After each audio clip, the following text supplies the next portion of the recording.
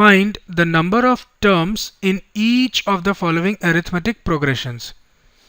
इस क्वेश्चन में आपको ये फाइंड करना है कि गिवन एपी में नंबर ऑफ टर्म्स कितने। एक एक करके दोनों सेक्शन सॉल्व करता हूं।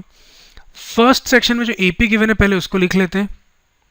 The given arithmetic progression is 7, 13, 19 up to 205। इस एपी में देखिए फर्स्ट टर्म क्या है आपके पास 7। We have first term of the AP, उसको ए से डिनोट कर देते हैं एज 7। कॉमन डिफरेंस डी आपको फाइंड करना होगा। कॉमन डिफरेंस डी, मैं बार बार आपको हर क्वेश्चन में ये नहीं बताऊंगा कि कॉमन डिफरेंस डी फाइंड कैसे करते हैं। आप इस चीज को याद रखिएगा। आप किसी भी टर्म को उसके सक्सेसिव टर्म से सब्ट्रैक्ट करके कॉमन डिफरेंस डी निकाल सकते हैं। मतलब फर्स्ट टर्म 7 को आप सेकेंड टर्म 13 से भी सब्ट्रैक्ट कर सकते हैं, या फिर सेकेंड टर्म 13 को आप थर्ड टर्म 19 से भी सब्ट्रैक्ट कर सकते हैं। मैं हर क्वेश्चन में क्या करूंगा, जब भी मेरे को डी निकालना होगा मैं फर्स्ट टर्म को सेकेंड से सब्ट्रैक्ट कर दूंगा। आप समझ जाइएगा, मैं बार बार आपको याद नहीं दिलाऊंगा। सो 13 माइनस 7, मैंने क्या किया, फर्स्ट टर्म को सेकेंड से सब्ट्रैक्ट किया। इससे मिलेगा आपको 6। मतलब गिवन एपी का कॉमन डिफरेंस कितना है आपके पास 6, और फर्स्ट टर्म आपने पहले ही निकाल लिया 7। नाउ आपको ये बताना है कि इस एपी में नंबर ऑफ टर्म्स कितने हैं। तो लेट्स से इसमें टोटल n टर्म्स होंगे। हम ऐसा अज्यूम कर लेते हैं कि इसमें n टर्म्स होंगे। तो ये जो लास्ट टर्म है 205, ये आपका nth टर्म होगा। ठीक, let n be the number of terms in the given AP. तो जो 205 है वो आपका nth टर्म है, मतलब an is equal to 205। Now आपको मालूम है किसी भी एपी में हम nth टर्म को कैसे फाइंड करते हैं, by the formula an is equal to a plus n minus 1 into d. बस इस फॉर्मूले में आपको वैल्यू सब्सटीट्यूट करना है और n की वैल्यू आपको फाइंड करनी है। an आपके पास है 205 जो आपका लास्ट टर्म है, nth टर्म। फर्स्ट टर्म आपने निकाला है 7 प्लस n फाइंड करना है आपको, keep it as such, minus 1 into d आपके पास है 6। 7 को आप LHS में ले जाइए, 205 से सब्ट्रैक्ट होगा। 205 माइनस 7 जब आप करेंगे तो आपको मिलेगा 198। 198 is equal to 6 times of n minus 1। अब आप इस 6 को LHS में ले आइए, वो डिनोमिनेटर बन जाएगा। मतलब 198 को आपको 6 से डिवाइड करना है। 198 को जब आप 6 से डिवाइड करेंगे तो आपको मिलेगा 33 is equal to n minus 1, जिससे आपको n मिलेगा फाइनली 34। इस माइनस 1 को आप LHS में लाइए, 33 के साथ वो ऐड हो जाएगा। इसका मतलब इस गिवन एरिथमेटिक प्रोग्रेशन में नंबर ऑफ टर्म्स कितने, 34, और ये जो 205 है ये 34th टर्म है, लास्ट टर्म। ठीक, तो आप लिख सकते हैं therefore the given AP has 34 terms. Let us now move on to the second section of the same question. Second section देखते हैं इस क्वेश्चन का।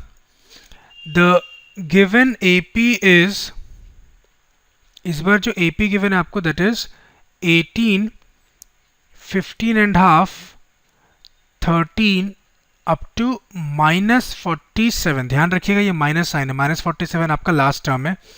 इस एपी में देखिए जो फर्स्ट टर्म ए है वो आपके पास 18 है। कॉमन डिफरेंस डी क्या होगा, 15 एंड हाफ माइनस 18। मैंने क्या किया, फर्स्ट टर्म 18 को सेकेंड टर्म 15 एंड हाफ से सब्ट्रैक्ट किया। इससे आपको क्या मिलेगा देखते हैं, 15 टू 30 प्लस 1 31/2 लिख सकते हैं आप इसको, माइनस 18। 2 का एलसीएम ले लीजिए तो आपको मिलेगा 31 माइनस 18 टू 36, जिससे आपको मिलेगा -5/2। 31 माइनस 36 -5 होगा। तो इस एपी में जो d की वैल्यू है, कॉमन डिफरेंस d, वो आपके पास -5/2, और फर्स्ट टर्म आपने पहले निकाल लिया है 18।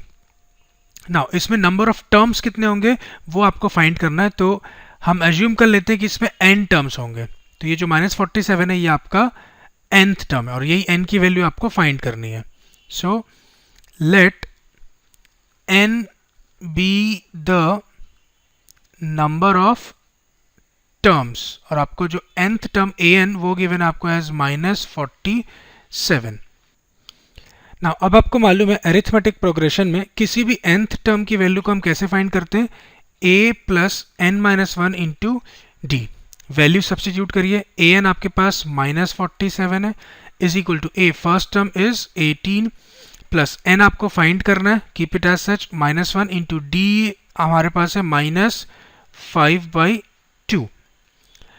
इस 18 को LHS में ले जाइए, सब्ट्रैक्ट होगा तो आपको मिलेगा -47 minus 18 is equal to -5/2 times of n minus 1। -47 minus 18 से आपको मिलेगा -65, दोनों एडअप होंगे और माइनस साइन रिटेन होगा, is equal to -5/2 into n minus 1।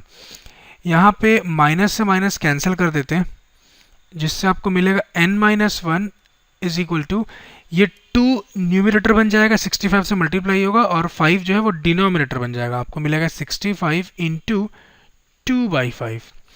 इसको सॉल्व करते हैं, 5 1 जा एंड 5 13 जा, 13 2 जा आपके पास होता है 26। तो फाइनली n माइनस 1 आपके पास है 26, जिससे आपको n मिलेगा 27।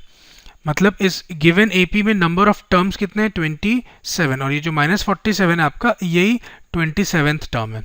तो इस चीज़ को आप एग्जाम में कैसे लिखेंगे, therefore the given AP has 27 terms.